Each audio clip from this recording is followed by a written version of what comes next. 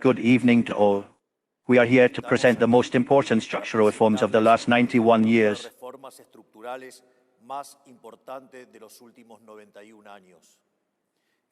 In particular, the reform of the organic charter of the central bank comes to an end with the scam of falsifying money to finance high politics,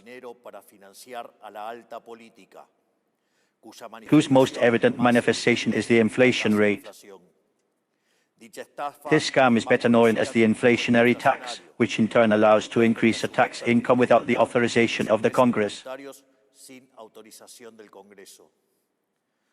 To have an order of magnitude of what has stolen high politics from good Argentinians, it is enough to point out the accumulated inflation rate since the creation of the central bank, which rises to 12,819,532,788,614,400,000%.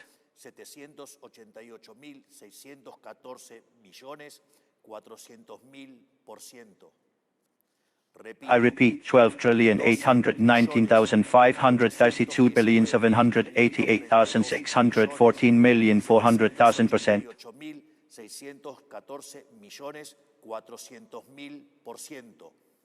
This is the accumulated inflation rate since 1935 is a figure of 20 digits. Moreover, since the scam that implicated the abandonment of convertibility, when the progressive told us that this time it was going to be different, because monetary policy will be guided by criteria of scientific rationality, in what goes from the 21st century, the accumulated inflation rate rises to 168,580%. In other words, the central bank has been a tool that enabled the theft of high politics. Moreover, the theft of high politics not only took place through the falsification of money to finance the state, but also, over time, it took on different forms of expropriation. The creation of the central bank itself began with a scam by changing the exchange rate of the gold that was in the reserves. The result of this led to an increase in the monetary emission that doubled the inflation rate, and that, over the course of a decade, stole 50% of the Argentine salary. Another of the emblematic scams of the high politics of the Argentine of good was the exit of convertibility.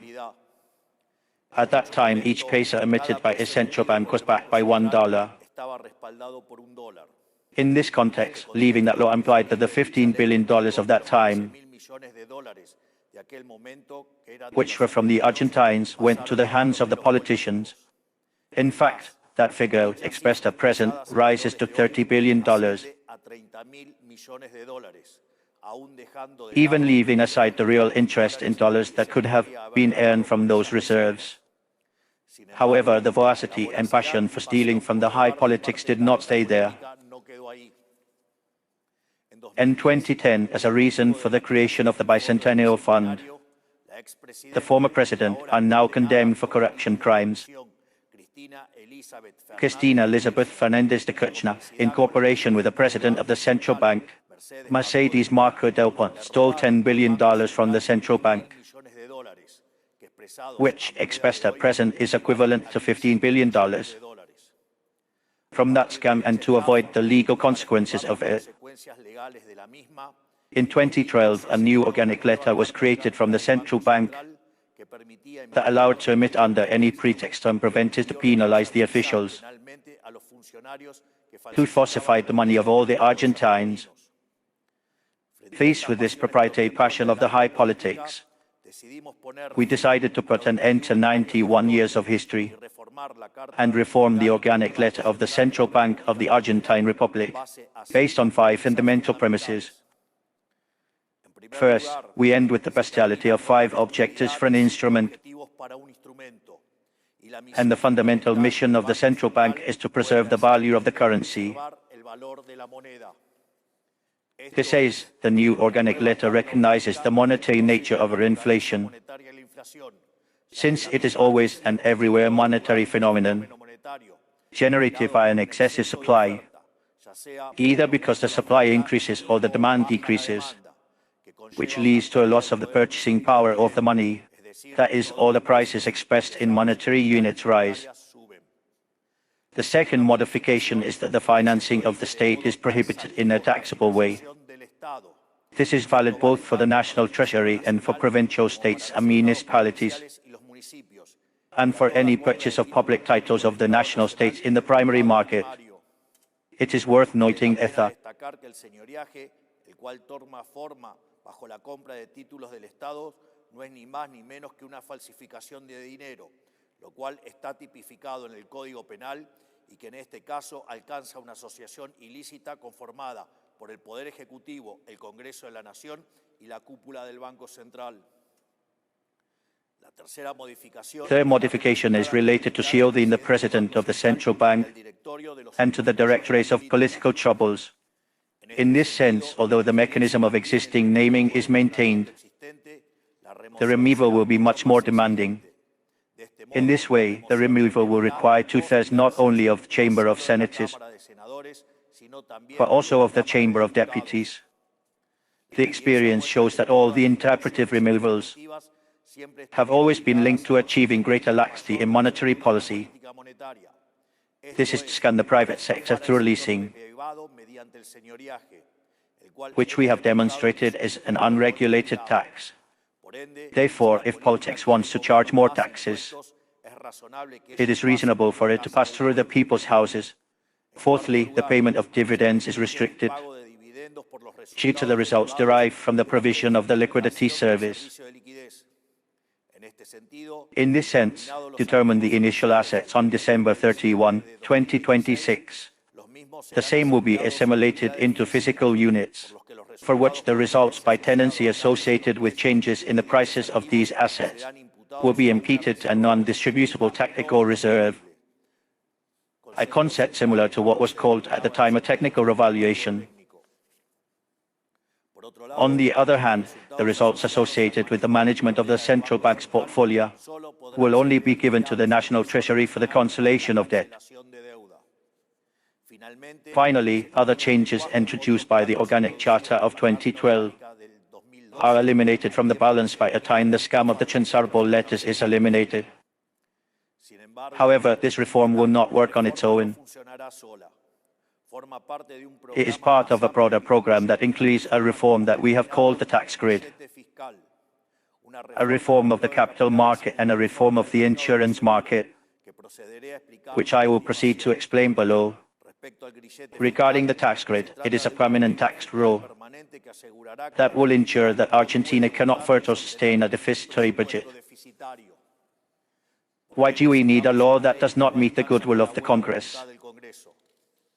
Because history has taught us that the Congress is the great ally of public spending. Having is a recent example last year, when we fought with nails and teeth against dozens of laws that sought to precipitate the state's bankruptcy. And it is that politicians do not have any incentive to protect the pocket of Argentines, because they are never the ones who pay for the broken dishes. That is why this project will make the one who does it finally pay for them. In practice, the tax grid will work like this. If the deficitary tax result is followed for several months, the Congress will have a few weeks to return the accounts to balance. If it does not, the shutdown will enter into automatic efficiency. Non-essential state activities will be paralyzed. New expenses will freeze, contracts will not be waived, personnel will not be taken, and the discretionary transfers to the provinces will be stopped. And, mainly, during what the tax grid lasts, the President, the Vice President, the Senators, the Deputies, the Ministers, the Secretaries, and the Subsecretaries will not charge a single salary. For the first time in our history, if politics does not do its duties, politics will pay the cost, people will not pay it. I want to be clear, anticipating those who live in disinformation. This law protects, in the letter of the law, the state's essential tasks and benefits, pensions, family and universal assignments, and employment insurance, health, security, national defense, and civil service, among others, will be expressly accepted. Once approved, we will invite the provinces to adhere to the same regime. It is the opportunity for each governor to predict for the example and demonstrate to his people that when their accounts are disordered, it is politics that must take a step forward and pay the price, not society. Secondly, we will send 2 projects to recover the debt of our financial system, destroyed together with our currency by the central bank. In order for an economy to grow, investment is needed. There is savings made available for productive purposes.